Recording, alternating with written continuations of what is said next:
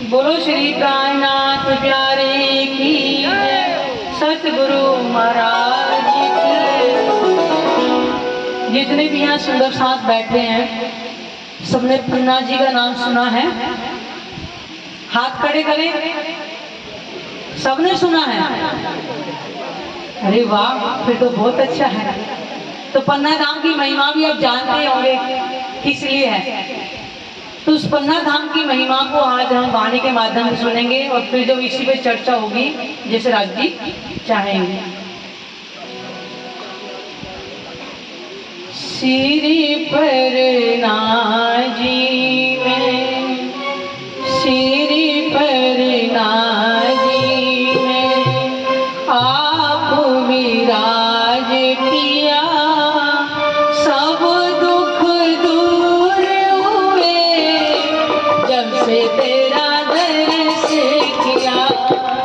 सब दुख दूर हुए जब से तेरा दर्श किया। श्री परनाजी में, श्री परनाजी में आप विराज किया, सब दुख दूर हुए जब से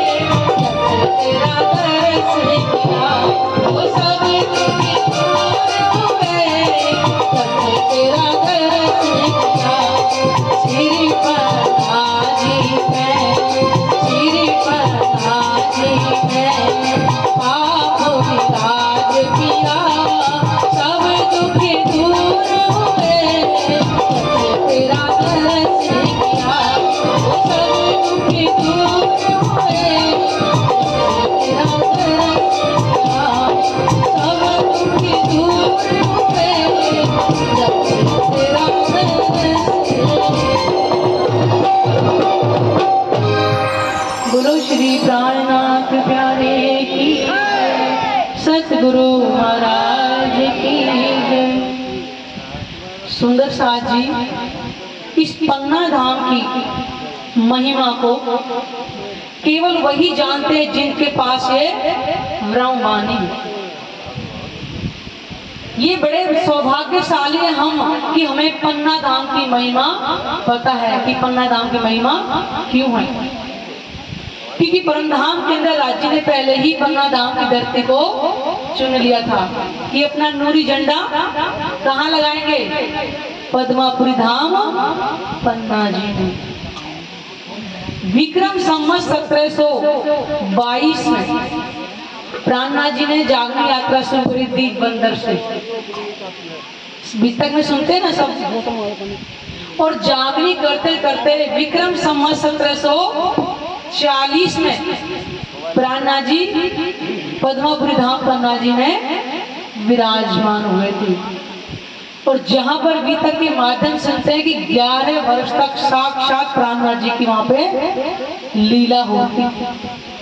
अष्टपैर की लीला के अंदर हम सब कुछ जानते। सुंदर साथ जी किस किस पक्ष में हम राज्य को कैसे कैसे रिझाते थे, वही अष्टपैर की लीला पद्मापुरी धाम पन्ना जी में प्राणनाथ जी ने सब सुंदर साथ को करके दिखाई थी कि परमधाम के हम राज्य को कैसे रिझाते हैं, 6 से 9 कैसे जाते हैं, उसके बाद सखियां राज्य को सुबह कैसे उठापन करती हैं, उठापन करने का कैसे झीलना कराती हैं, फिर उसके बाद में तीसरी भौम के अंदर आती है कैसे श्रृंगार राज्य को और श्यामा जी को कराती है।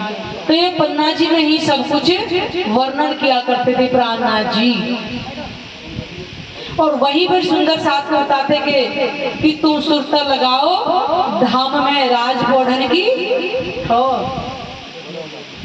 वो राज्य वो पूर्ण परमात्मा कहाँ पे विराजमान होते परम धाम के अंदर, वहां सुरता लगाओ अपने। और साक्षात वहीं बैठे बैठे साक्षात सबको दर्शन हुआ करते थे। वो है पन्ना धाम की महिमा जो अभी पूरा संसार नहीं जान पा रहा, लेकिन हम तो जानते ना। हम दौड़ दौड़ कर क्यों जाते हैं वहां पे, क्या है ऐसा। मैं आपको बताऊं, मैं जब नौकरी करती थी तो मैं जब जाती थी टिकट कराती तो मेरे ऑफिस में मेरे को बोलते थे तुम्हारा क्या रखा है खुजराव में से बार बार जाते हैं।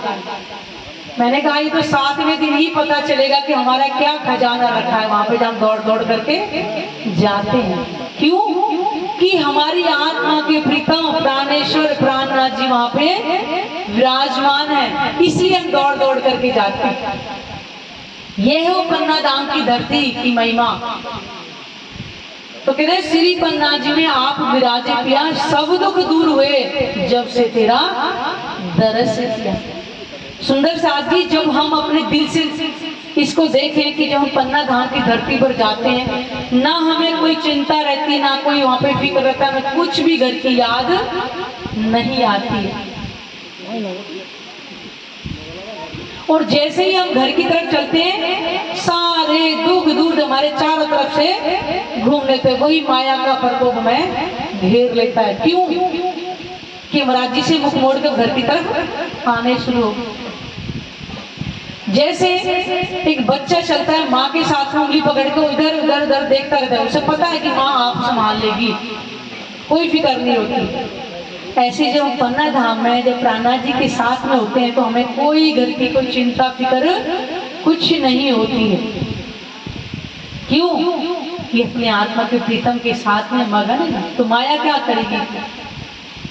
और जैसे धाम चबूतरे से बाहर आते हैं माया खड़ी होती है, वो हमेशा कहती है कि आओ, क्योंकि माया तो माटक नहीं, वो तो अपने जाल में फंसा ही लेती है। ये है वो मध्य प्रदेश पन्ना धाम की धरती का प्रभाव। जब से प्राणनाथ जी वहां आए, सुंदर साथ जाएंगे, वहां कुछ अलग से अनुभव करके आते हैं। नूरी दरबार सजा श्री बंगला जी। आप सब सुंदर साथ जाते हैं कि बंगला दरबार के अंदर प्राणनाथ जी वेद और कथे सबकी चर्चा किया करते थे। क्यों? कि परमात्मा सबका एक ही है।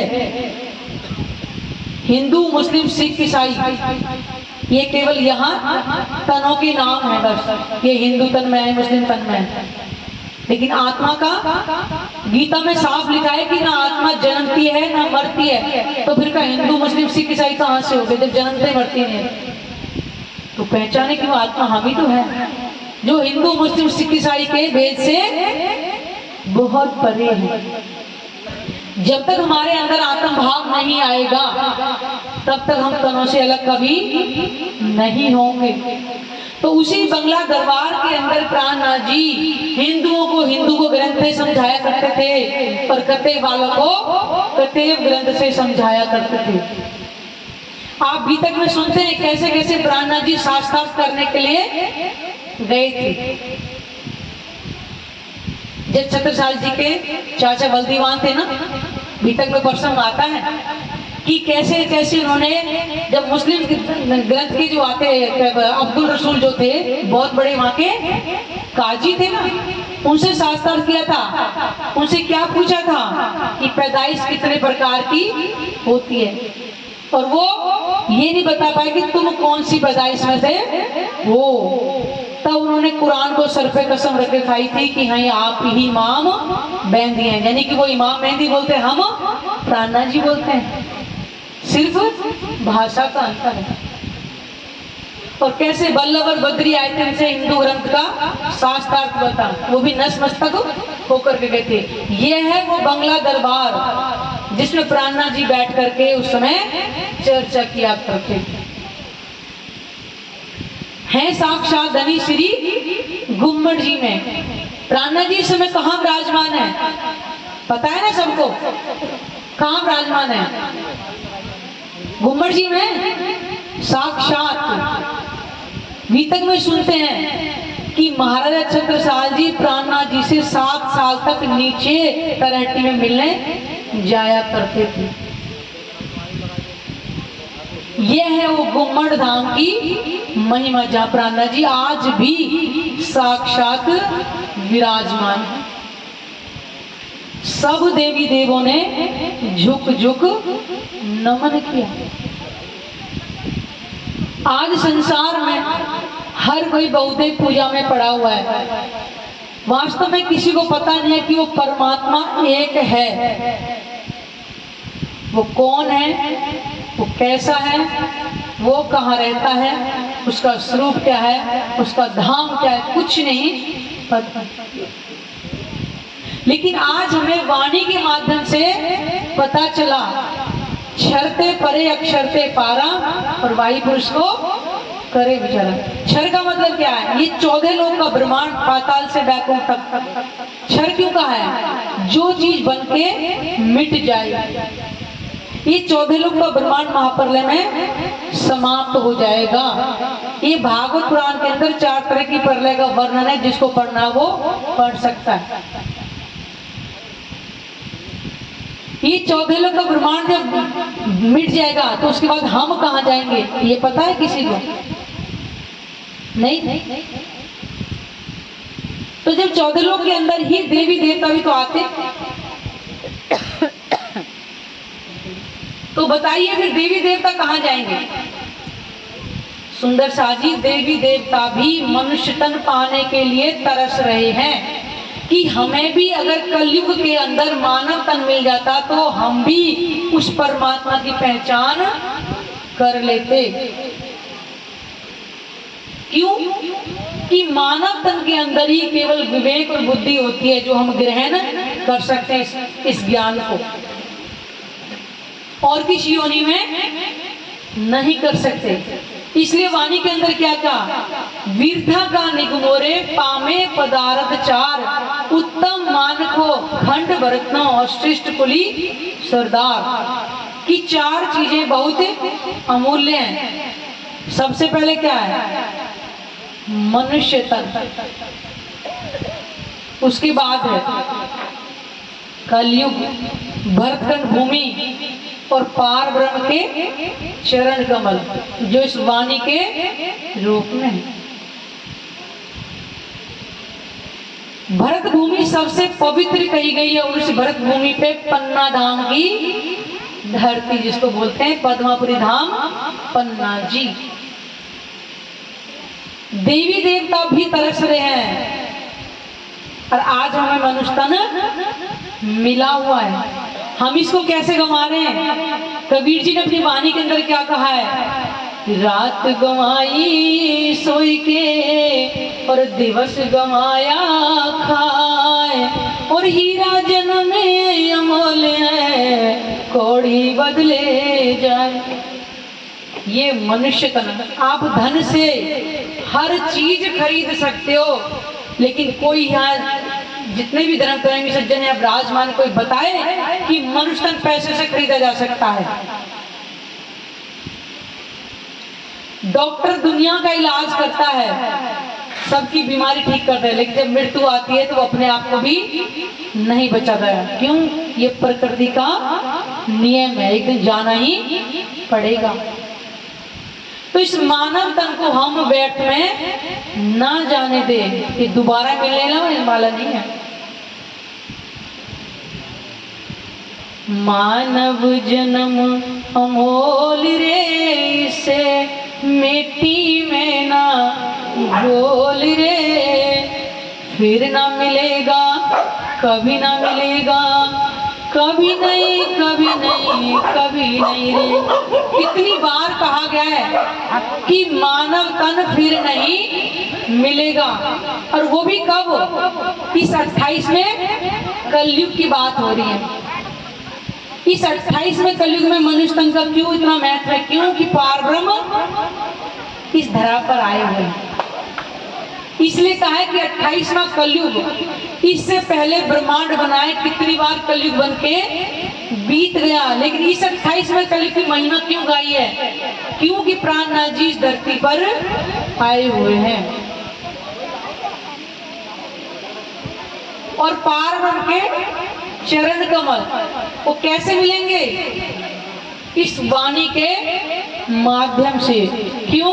कि इसके अंदर परमात्मा के धाम की, उनके स्वरूप की, उनकी शोभा श्रृंगार की सारा कुछ वर्णन है। यहाँ तक कि वो 25 पक्ष भी वर्णन है जिसमें आत्मा और परमात्मा लीला विहार करने जाते हैं। तो आज तो हमें मनुष्य तन भी मिला है, भरतखंड भूमि भी मिली है, और कलयुग भी और पार ब्रह्म के चरण कमल भी मिले। चारों चीज अमूल्य, चारों हमारे पास में है। और हम चाहें कि ये तो इतना खा पी के गंवाए, कोई बात नहीं, देख लेंगे अरे पार ब्रह्म को क्या है, अगले जन्म में याद कर लेंगे। दोबारा मानव तल मिलना मुश्किल है कलयुग के अंदर, क्योंकि इतने अच्छे कर्म कोई अभी कर नहीं रहा है। फिर अपने ही हाथों धनी झंडा लगाया जाए। ग्रंथों के अंदर भी लिखा हुआ है, भविष्य दीपिका के अंदर लिखा है, भविष्य पुराण के अंदर भी लिखा हुआ है कि वो चित्रकूट के पास में रमणीय क्षेत्र पद्मापुरी धाम पन्ना जी होगा। एक भविष्य मलिका करके वो उड़िया भाषा में, उसमें भी लिखा हुआ है कि वो सादे वेश में आएंगे और विंध्याचल पर्वत के ऊपर होंगे। ये बताइए, ग्रंथों के अंदर इतने इतने रहस्य छुपे हुए हैं। पढ़ सब कोई रहा है लेकिन भेद नहीं पता चल रहा है। लेकिन आज हमें पता है कि वो विंध्याचल पर्वत कहाँ है।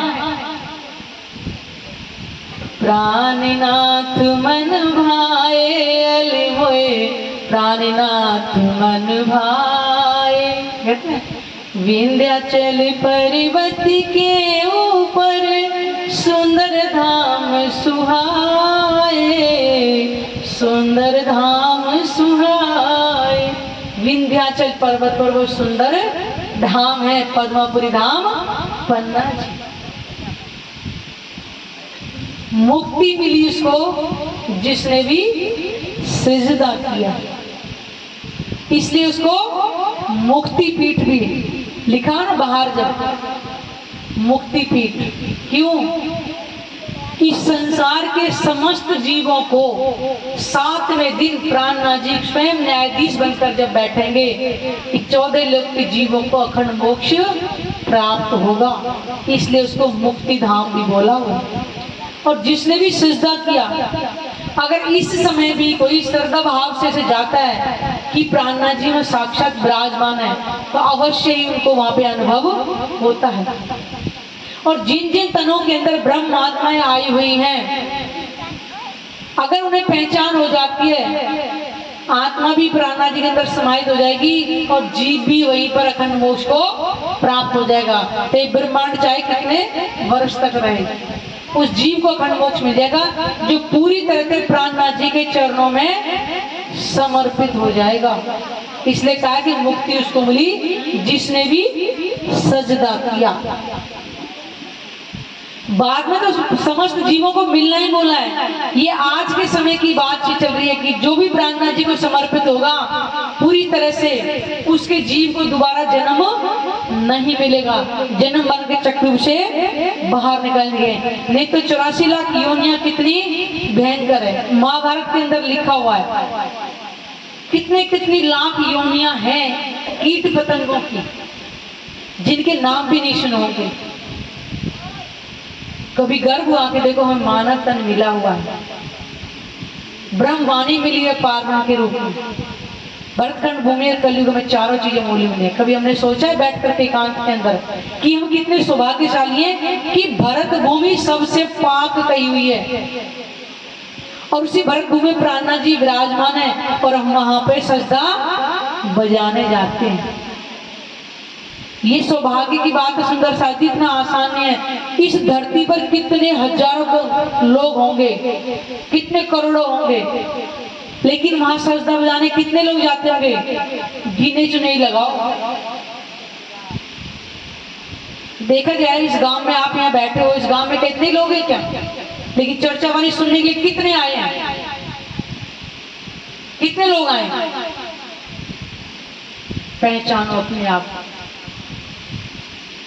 इसलिए कहते हैं कि प्राणनाथ जी को जब तक हम आत्म भाव नहीं लेंगे तब तक हम उन तक नहीं पहुंच सकते हैं। कर्मों के बंध टूटे, केवल एक परमात्मा ही कर्म बंधन से मुक्त है। जो मुक्त होगा वही हमें केवल मुक्त कर सकता है, और किसी का अधिकार नहीं है। मान लो हमारे जीव ने कितने कर्मों के अंदर क्या क्या कर्म किया होगा, जब भी कहते हैं कि कर्मों के अनुसार ही अगला जन्म मिलता है जीव का।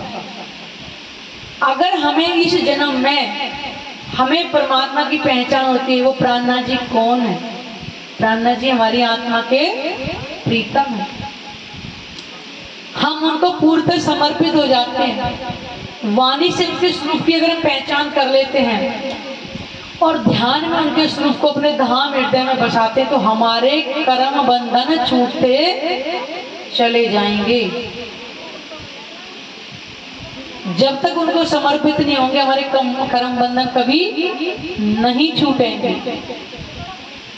केवल एक ही उपाय, वाणी से उनकी पहचान करें और ध्यान में बैठकर उनके स्वरूप को याद करें। कर्म बंधन से और कोई मुक्त नहीं कर सकता है। कि जब यहाँ के त्रिदेवाई मुक्त नहीं है तो फिर हमें और कौन कर सकता है? उनसे बड़ा तो कोई नहीं है ना संसार के अंदर।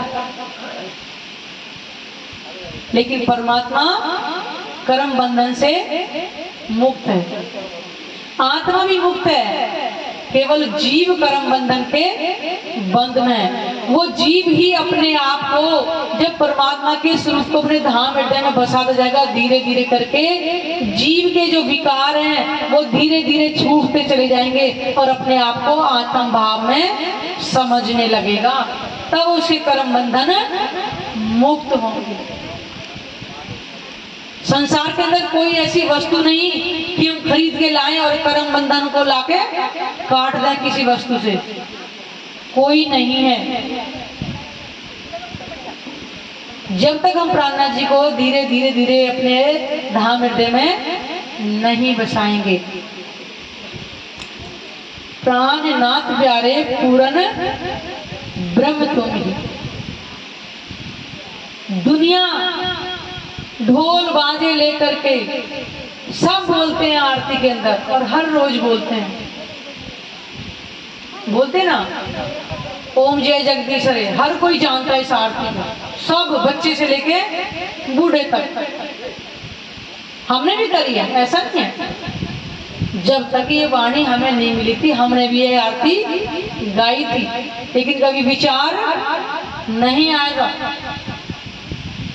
और हर रोज बोलते ओम जय जगदीश हरे, स्वामी जय जगदीश हरे, बोलते तुम पूर्ण परमात्मा तुम्ही अंतर्यामी, बोलते तुम हो एक अगोचर सबके प्राणपति। बोला ना प्राणनाथ प्यारे पूर्ण ब्रह्म तुम। प्राणनाथ जी हमारी आत्मा के प्राणेश्वर। मुख से बोल रहे और जाके क्या कर रहे थे? कहाँ जा रहे थे? बहुते पूजा में लगे थे। वीरवार को जाएंगे तो केले की पूजा करेंगे, सोमवार जाएंगे तो शिवलिंग पे जल चढ़ाएंगे, शनिवार जाएंगे तो पीपल पे तेल चढ़ाएंगे, यही कर रहे थे। और मुख से बोल रहे हैं तुम हो एक अगोचर सबके प्राण को, यानी मुख से हम कुछ और बोल रहे हैं, कर कुछ और रहे हैं। ये था अंधकार जिससे हम अब बाहर निकले, क्योंकि ब्रह्मा ने हमें इस अंधकार से बाहर निकालने के लिए आई है।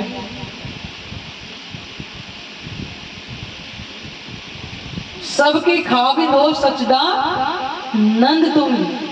खाविंद का मतलब है मालिक, सच्चिदानंद तुम्ही। दुनिया गाड़ियों पे लिखवा दे सच्चिदानंद की जय, लिखवाते ना, और शायद बोलते भी हैं। जाकर के पूछो कि सच्चिदानंद है कौन, इस संसार के अंदर सच्चिदानंद कौन है?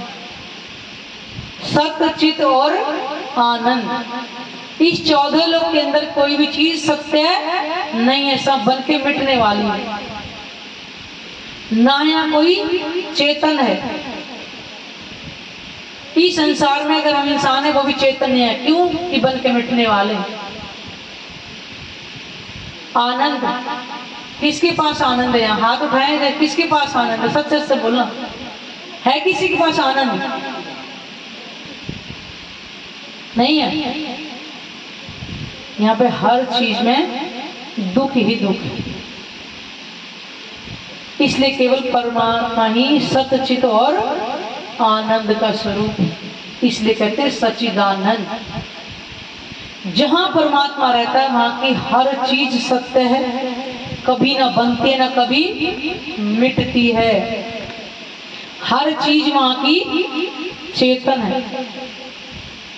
जैसे हम यहाँ भी बैठे हुए हैं, हम इतने सुंदर साथ बैठे हैं, थोड़ा सा जगह कम पड़ गई तो हमें कुछ और कपड़ा बिछाना पड़ा ना, लेकिन परमधाम के अंदर होता तो कहते एक ही मंदिर के अंदर 12-12 हजार ब्रह्मात्माएं समा जाती। वहां की चेतन है, क्योंकि दीवार भी अपने आप आगे बढ़ जाती है। और आनंद स्वरूप श्यामा जी और उन्हीं के अंग ब्रह्म आत्माएं। सच्चिदानंद की जय। दुनिया बोल रही है, गाड़ियों पे लिखवा लेती, सच्चिदानंद को पहचाना चाहिए, वो कौन है सच्चिदानंद? पार ब्रह्म तुम ही मेरे पिया। परमात्मा कितने हैं? एक ही तो है। जब तक हम आत्म भाव नहीं लेंगे, हमारे अंदर कैसे प्राण क्रिया समाएंगे? हमें आत्म भाव लेना कि मैं आत्मा हूं और मेरी आत्मा के प्रीतम है। जब तक हमारे अंदर ये भाव नहीं आएगा, हम कभी भी उनसे प्रेम नहीं कर सकते। और कहते परमात्मा को पाने के लिए प्रेम लक्षणा भक्ति आवश्यक। गीता के अंदर लिखा हुआ है। क्योंकि जब अर्जुन ने पूछा था कृष्ण जी से कि मुझे अखंड मोक्ष दे दो, क्योंकि सारा महाभारत जब समय हो गया था उसमें कितनी सेना समाप्त हो गई थी, तो कहते कि मैं इतना दुख नहीं देखना चाहता दोबारा से किसी और जन्म के अंदर। तो कृष्ण जी क्या कहा कि हे अर्जुन, तुम चाहो तो कितने पुत्र है, तुम चाहो ब्रह्मांड के मालिक बन जाओ, लेकिन अखंड मोक्ष नहीं दे सकते। उसके लिए तुम्हें अनन्य प्रेम लक्षणा भक्ति करनी पड़ेगी। अनन्य प्रेम लक्षणा भक्ति का मतलब है अन्य कोई इच्छा ना हो। प्रेम लक्षणा भक्ति आत्म भाव लेके केवल परमात्मा से प्रेम और किसी चीज की चाहत ना हो।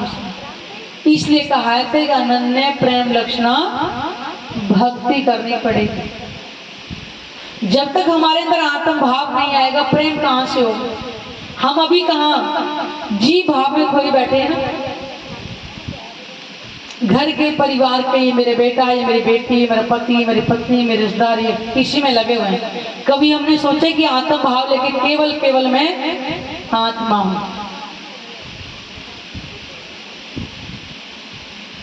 ये भाव जब तक हम नहीं आएगा, जब तक हमारे अंदर प्रेम आ ही नहीं सकता। और आत्मा के अंदर प्रेम के अलावा और कोई चीज नहीं होती है। क्योंकि जितनी भी संसार की इच्छाएं वो किसकी होती हैं? जीव की होती हैं।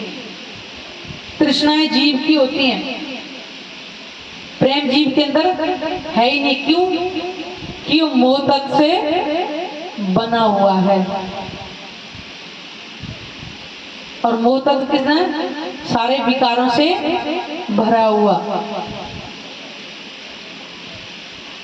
और आत्मा निर्विकार है। जैसे परमात्मा त्रिगुणातीत है, उनके अंदर कोई भी तीन गुण है, सत रज तम कोई भी गुण नहीं है, ऐसे आत्मा के अंदर भी कोई गुण नहीं हो।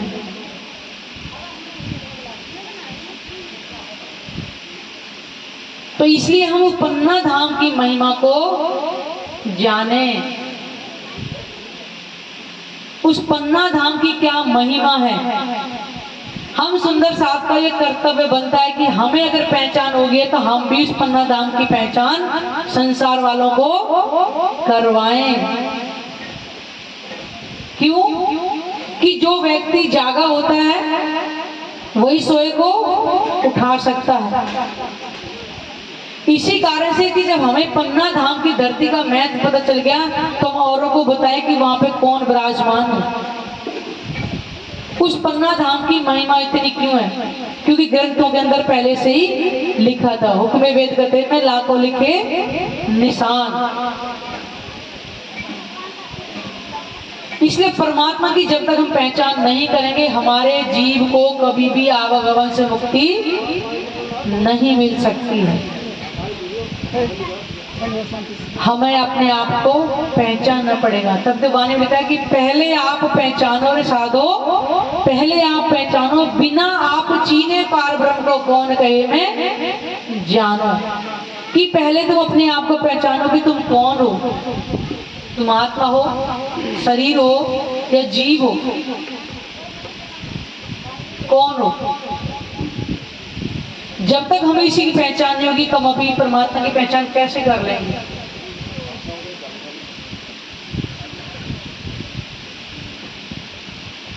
इसलिए मनुष्य तन के रहते रहते हमें परमात्मा की पहचान करनी होगी। सुंदर साहब जी कितने तनों के अंदर खेल देखा होगा। क्या केवल हमें जन्म मरण सुख दुख का खेल देखने आए थे? वादा करके आए थे राज्य 100 बेर देखो अजमाएगा तो भी ना भूले हम, कि आपने 100 बेर अजमा कर देखना, हम आपको एक पल भी नहीं भूलेंगे। और जैसे ही संसार की तरफ नजर करी सब भूल के बैठे वहीं खेल देख रही आज भी। समझाइया समझे नहीं, माने नहीं कुर्बान। राज्य ने बहुत समझाया, मत देखो खेल बहुत दुखदायी है, लेकिन राज्य की एक बात नहीं मानी।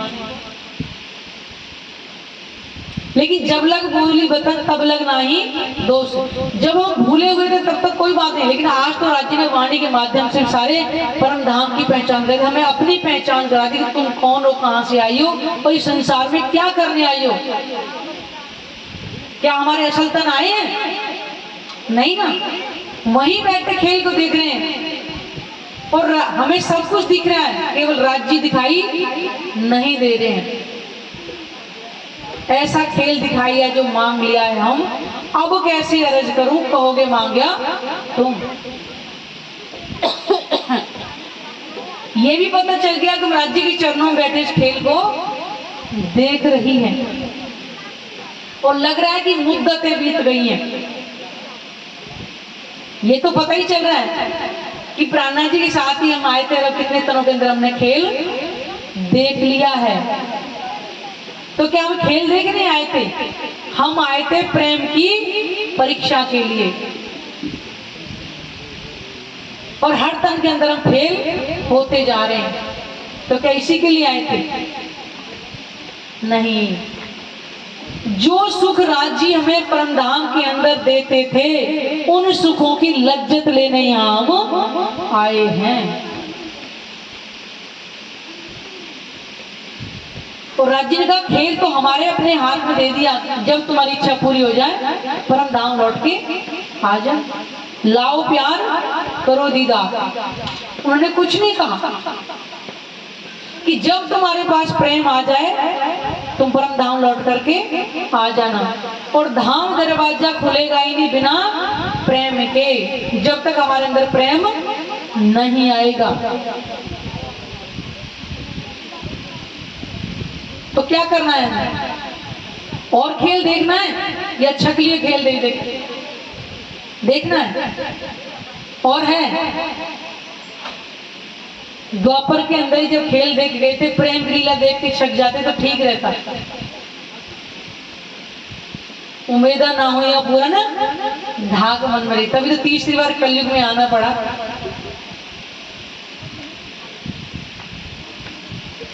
इसलिए सुंदर साथ जी हम राज्य की पहचान करें, वो परम धाम के जो सुख है उनको लें। वो वाणी और चितवनी दो के अलावा तीसरी कहीं नहीं मिलेगी। इस तन में नहीं ली तो फिर किसी और तन में राज्य फिर से भेज देंगे, तन पे तन बदलते जाएंगे। इसलिए वाणी मंथन और चितवनी जब तक हम नहीं करेंगे हमारे अंदर ना प्रेम आएगा, ना जीव के विकार समाप्त होंगे। इसलिए ज्यादा ना कहते हैं, अपनी वाणी को यही विराम देते हूँ कि वाणी मंथन और चितवनी इसका कोई विकल्प नहीं है। क्योंकि हमारे परमहंसों ने भी कैसे प्राप्त किया है? वाणी से तो जुगलदास जी की वाणी के अंदर लिखा ना काहू की महतारी ना काहू की बहू, मैं कौन हूं आत्मा, केवल यही भाव लेना। तो हमें भी तो यही भाव लेना पड़ेगा ना। क्यों कि परमहंसों ने हमें मार्गदर्शन करके दिखाया कि जैसे उस मार्ग से वो पहुंचे ऐसे हमें भी ऐसे मार्ग पर चल के प्राणिज तक पहुंचना पड़ेगा। बोलो श्री प्राणनाथ प्यारे की जय, सतगुरु महाराज की